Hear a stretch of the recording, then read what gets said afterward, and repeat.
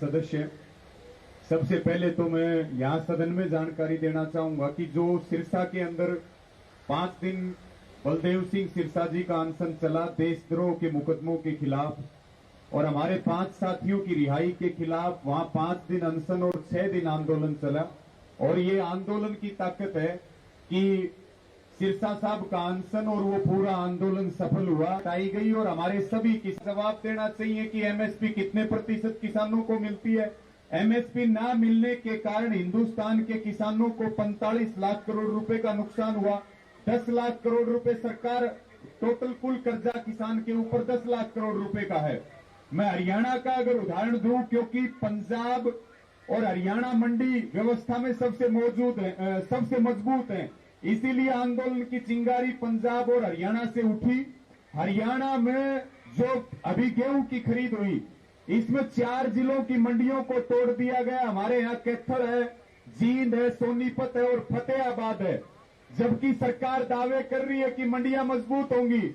हम हरियाणा में बीजेपी वालों को जाकर के दिखा सकते हैं कि 4 जिलों की मंडियों को बगैर कानून लागू हुए खा चुके हैं और वहां पर अडानी के साइलोज शुरू कर दिए गए हैं। यानी कि सीधे तौर पर अगर हम बात करें, जो मोदी जी का जब जिक्र आता था तब हम कहते थे कि भाई ये तो इसको कोई संतान नहीं है, परिवारवाद से बहुत परेशान है। आज हिंदुस्तान की जनता ये कह रही है कि मोदी जी अपने दत्तक पुत्रों का मोह छोड़ दो, अडानी अंबानी के लिए मोह छोड़ दो। ये पुत्र मोह आपको ले डूबेंगे, आरएसएस को ले डूबेंगे, बीजेपी को ले डूबेंगे। आपका सुपड़ा साफ हो जाएगा, आप इतिहास में चले जाएंगे, आपका कोई नाम लेने वाला नहीं रहेगा। अगर हम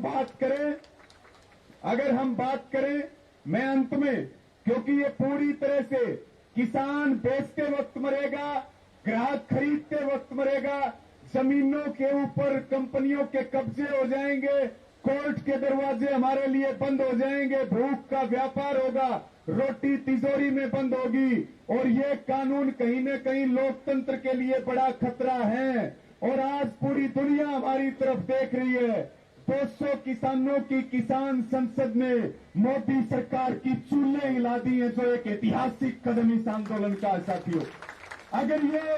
अगर यही किसान 2000 हुए, यही 20,000 हुए, यही 2 लाख हुए और यही 2 करोड़ हुए, तो हम देश के प्रधानमंत्री को बताना चाहते हैं, या तो कानून वापसी ले लीजिए, नहीं तो आंदोलन चलेगा, लेकिन आपकी सरकार सत्ता में नहीं रहेगी। ये लिख करके ले लीजिए, आप प्रधानमंत्री नहीं रहेंगे इस देश के, ये तख्त उजड़ जाएंगे। अंत में साथियों, मेरा यही निवेदन है कि ये केवल नेतृत्व किसान कर रहा, अब ये आंदोलन जन जन का आंदोलन है। और जो आंदोलनकारी किसान है वो बधाई के पात्र है पूरी दुनिया का ऐतिहासिक आंदोलन चलाने के लिए, और हम उनका पुरजोर समर्थन करते हैं। और पूरी ताकत के साथ आप सबसे भी ये निवेदन करते हैं कि संयुक्त किसान मोर्चा ने देश के मतदाताओं की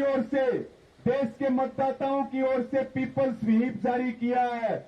जो सदन का सदस्य है, ये बात संसद कान खोल करके सुन ले।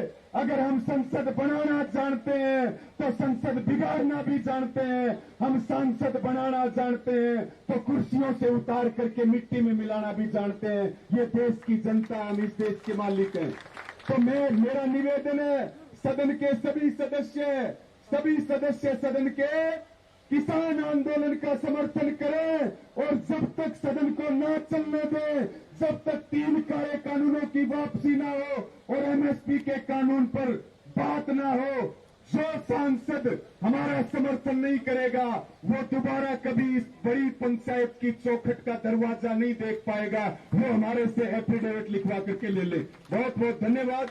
और मैं अंत में स्पीकर महोदय का और जो हमारे शहीद किसान हैं, मैं विशेष रूप से उनको नमन करता हूं। और एक अंतिम लाइन ये बोलना चाहता हूं, हमें खालिस्तानी से लेकर के मवाली तक कहा गया है। हम इस देश के अन्नदाता हैं। मोदी जी और बीजेपी वालों, कान खोल करके सुन लो, इनका भी पक्ष जान लेते हैं।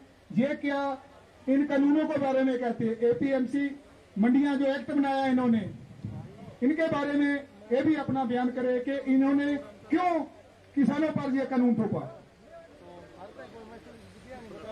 सदन में विराजमान सारे मेंबर पार्लियामेंट और हमारे स्पीकर साहब सभी को नमन करता हूं जी। बताना चाहता हूं एपीएमसी क्यों लेके आए, क्योंकि कभी आप तो गए नहीं होंगे अमेरिका। अमेरिका ने आज से 70 साल पहले एपीएमसी वहां पे अबॉलिश की थी। वहां पे कॉन्ट्रैक्ट फार्मिंग आई थी, वहां पे किसान खुशहाल हो गया। किसानी जो किसान पहले जिसके पास 2, 4, 10 एकड़ थे, आज वहां पे सिर्फ वही किसान है जिसके पास 400 या 500 एकड़ है। अगर ऐसे कानून लेके आएंगे तो आपको खुशहाली की तरफ हम लेके जाएंगे। दूसरी बात, पहले मेरी बात सुनिए। जो कॉन्ट्रैक्ट एपी ओपन मंडी, अगर ओपन मंडी होगी, बात सुनने का,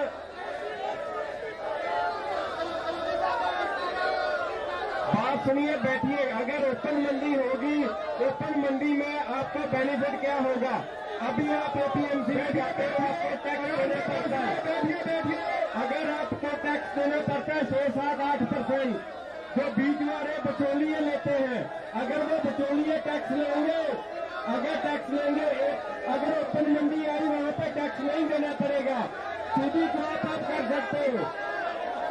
मैं निवेदन करता हूं, बैठिए, आप बैठिए, कृपा करके बैठिए, सदन की कार्रवाई को चलने दीजिए। शांत रखिए, माहौल को शांत रखिए, बैठिए। और मंत्री जी अपना पक्ष स्पष्ट ना कर पाए तो ये इस्तीफा भी देंगे, इनसे इस्तीफा भी लेंगे। शांत रहिए। मुझे 2 मिनट सुनने का प्रयास कीजिए। मुझे 2 मिनट सुनने का प्रयास कीजिए। अगर आप नहीं सहमत हुए तो मैं सदन में, कृषि मंत्री हो, सभी संसद सदस्यों को मेरी बेनती है कि बैठने का कष्ट करें। ये कोई मर्यादा नहीं है संसद की। प्लीज आप अपनी सीट ग्रहण करें। और आपको ये चेयर की तरफ से इन्फॉर्म किया जाता है कि आज कृषि मंत्री जी आपके एक भी प्रश्न का संतुष्टिजनक जो उत्तर नहीं दे सके। बार बार शर्मसार उनको होना पड़ा, आप सेम के नारे लगाते रहे।